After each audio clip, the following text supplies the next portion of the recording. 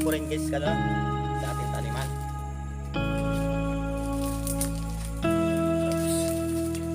Yan. So guys, samahan nyo ako. Ayan, magandang araw po sa lahat. Isang video na maipapamalas ko sa inyo kung anong klaseng suhi o sakir ang pwede natin itanim para hindi magbunga ng una yung iba nating itatanim na Formosa na pinya, ano.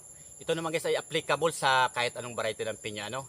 Dahil gusto ko lang i-share sa inyo para hindi masayang ang ating panahon. Dahil yung ibang tinatanim natin ay nagbubunga ng wala sa panahon, ano. Kaya papakita ko sa inyo yung pwede nating itanim, ano. Ayan. Kaya tapusin nyo lang sa video ito, ano. Ayan, bago tayo magsimula, kung bago ka pa lang sa aking channel, paki-subscribe, i-like, i-share na lang guys, at paki-pindot ang ating notification bell para updated kayo sa ating mga video, ano. Ayan, wag na natin patagalin, umpisahan na natin.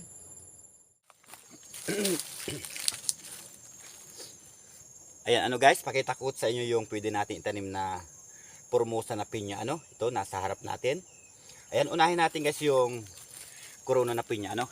Ito guys yung corona na pinya, ano, na makikita natin sa ibabaw ng bunga ng Formosa na pinya. Ayan. Ito naman guys yung sakir ng pinya, ano, na makukuha natin sa puno ng pinya o suhi. Ayan. Ayan. May dalawang klase kasi tayong pwedeng itanim sa corona na ay sa Formosa na pinya, ano. Ito ay mula nga sa bunga, yung corona, at mula sa puno naman yung sakir, ano. Yan, unahin natin tong corona, ano. Ito guys yung corona na pinya, kung mapapansin nyo nga medyo maliit siya. Ayan, pero pwede itong itanim natin, ano, lalo na kapag wala tayong semilya, nag-uumpisa pa lang tayong magtanim, pwede natin itong gawin na semilya o kuna ng pang semilya, ano.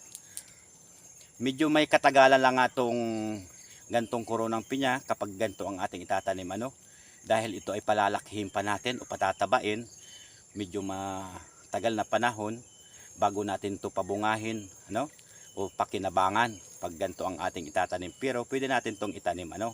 Ayan, lalo kapag wala tayong pang semilya, nag-uumpisa pa lang tayong magtanim, ano. Ayan, ito guys yung corona na pinya, no. Okay, ito naman guys yung suhi ng pinya, ano, mula sa puno na makukuha natin. Ayan, kung mapapansin nyo nga talagang mahaba ang kanyang dahon. Ayan, mahaba ang kanyang dahon, malaki na rin ang kanyang puno.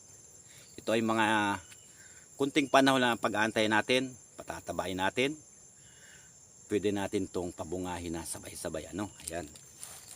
Ayan guys, ano.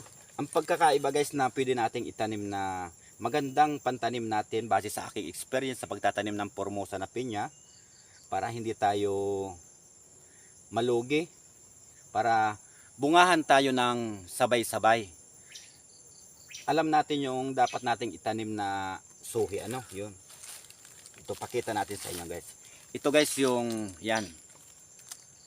So, suhi ito mula sa puno ng Formosa na pinya, ano guys. Kung mapapansin nyo nga guys ay, ito guys yung matandang suhi na. Ayan, ano, matandang suhi na to. Ayan, marami na nga siyang ugat. Medyo mahaba na ang kanyang buntot dito sa pinakapuno. Ayan, ang kanyang dahon ay medyo marami na rin. Talagang mahaba. Punong-puno na siya, ano, daming dahon, no. Ito guys ay matandang suhi na to, ano. Pwede naman natin itong itanim, kaya lang ang mangyayari sa ating tanim, hindi sila magsasabay-sabay na magbunga. Yung guys, hindi tayo mag-aani ng sabay-sabay, ano. Dahil kapag ganito nagbubunga ng mga wala sa panahon, sayang lang. Maaani naman natin, kaya lang iba talaga nito ay kinakain lang ng ibon, lalo kapag hindi natin namamalayan na may bunga na pala sa iba. Marami ng bunga na hindi natin nakikita, no. Ayan, matandang suhi guys, yan. Ayan, pakita ko naman sa inyo tong, ayan, ito guys yung sakir din to ng mula sa puno ng pinya, ano, o suhi. Ito guys yung katamtaman na magandang itanim. Ayan, kung mapapansin nyo nga, ayan, ang kanyang dahon ay medyo maiksi pa, talagang katamtaman lang. Ayan, ang kanyang puno, ayan, kung mapapansin nyo nga, ayan, medyo maiksi pa siya, wala pa siyang mga ugat na masyado, ano. Ayan, wala siyang ugat. Ito guys ay katamtaman na itanim natin to, ano. Ito ay halos 90%, hindi na magsasabay-sabay silang pagbunga, hindi ito magbubunga ng kapanahunan, ano. Gaya ng kapag magtanim tayo ng matandang suhi, hindi natin tinaman nyo, ito ay magbubunga ng hindi magsasabay-sabay, ano. Sayang ang ating pagtatanim, ano, dahil magbubunga sila ng wala sa panahon. Yung iba, mas maganda yung mag-aani tayo ng sabay-sabay. Ayan. Kaya yung iba nga niyan, yung iba hindi na nila naani, nabubulok na lang dahil tinatamad na sila. Dahil wala naman kasi guys na buyer na unti lang kung magkuha, ano, pwede naman yung kung tayo nagre-retail, pwede nating i-retail yun, ano. Tiyagaan lang nga. Dahil ang pagtatanim kasi guys ng pilyas tagay, tiyagaan lang, ano, dahil medyo mahabang panahon ang pag-aantay. Ayan. Di bali ipakita ko sa inyo guys yung pwedeng posibilidad na kung hindi tamanyado ang pagtatanim natin o basta lang tayo magtatanim, ganito guys ang mangyayari, ano. Ayan, pakita ko sa inyo. Okay. Kung mangyayari sa ating tanim kapag hindi tamanyado ang ating tatanim, ano, nagbubunga siya nang wala sa panahon. Ayan, kung magbunga man maliliit, ano. Ayan, dahil ito nga yung mga kasama niya, mga bata pa siya, pero yung mga kasabay niyang iba ay nagbubunga na. Kaya ang ginagawa ko nito kapag ito may bunga ng nauna ay binubunot ko na ito. Ano to guys? Ayan, inaalis ko na to. Para hindi na natin to uli maitanim pa, dahil ito ay kapag pinatuloy natin to, hindi natin inalis ang puno nito sa pagkakatanim, unang lalaki ang kanyang suhi, maitatanim na naman natin. Ang mangyayari, magbubunga na naman siya uli ng una. Kasi una siyang tatanda yung mga suhi nito, ano? Gaya nga nito, maliit pa ang kanyang bunga. Ayan. At maliit pa rin kanyang puno pero nagbunga na siya dahil matandang suhi nga ang ating itinatanim, ano. Ayan, okay. Ayan, ano guys, kapag ganito ang ating tanim na pili natin yung itatanim natin na suhi, hindi yung matatanda. Ayan, mapapabunga natin ng sabay-sabay ang ating pinya. Ayan, at sabay-sabay din natin itong aanihin.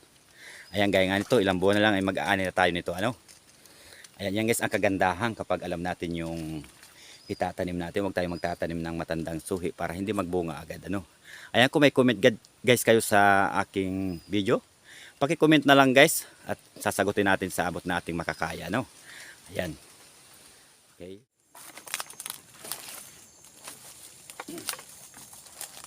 Ayan, ano guys, di bali nagkakarga na tayong pantanim ng ating Formosa na pinya dahil dadalhin natin to dun sa taniman, ano.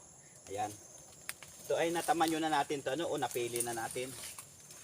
Kaya nilalagay natin dito sa ating hakutan. Tawag nito sa amin ay sagad. Ayan. Ayan.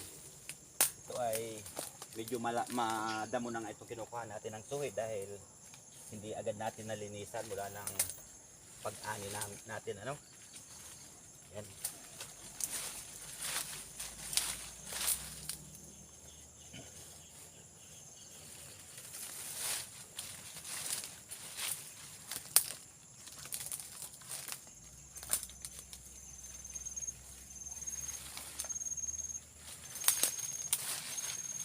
Ayan guys, ano, kung bago ka pa lang guys sa aking channel, paki-subscribe, like, and share na lang guys, at pakipindot ang ating notification bell para updated kayo sa ating mga video gagawin, na. Ayan guys, ano, na karga natin yung ano, dali natin doon sa ating taniman para ipasyal ko rin guys ano, sa ating taniman. Oops. Yan. So guys, samahan nyo ako. Guys, nandito tayo sa ating taniman na pinya, no? Di bali itong hinahakot natin, ito ay karagdagan na lang natin dito sa ating tataniman, dahil konti man na lang to. Ayan. Ito guys yung ating tanim na pinya, no? Kung mapapansin, medyo madamo na dahil tag-ulan dito sa amin, hindi tayo makapaggamas. Inaantay lang natin na uminit para natin malinisan tong ating tanim na pinyahan, ano? Ayan. Hanggang to doon sa kabila, ano guys? Ayan. Hanggang doon. Ayan. Ayan guys, ano, kung nagustuhan nyo guys ang ating video, paki-subscribe, like, and share na lang guys, at pakipindot ang ating notification bell para updated kayo sa ating mga gagawin pang video, ano. Ayan, hanggang dito lang po ay Pamalas TV, nagbibigay ng idea at kaalaman. Bye-bye!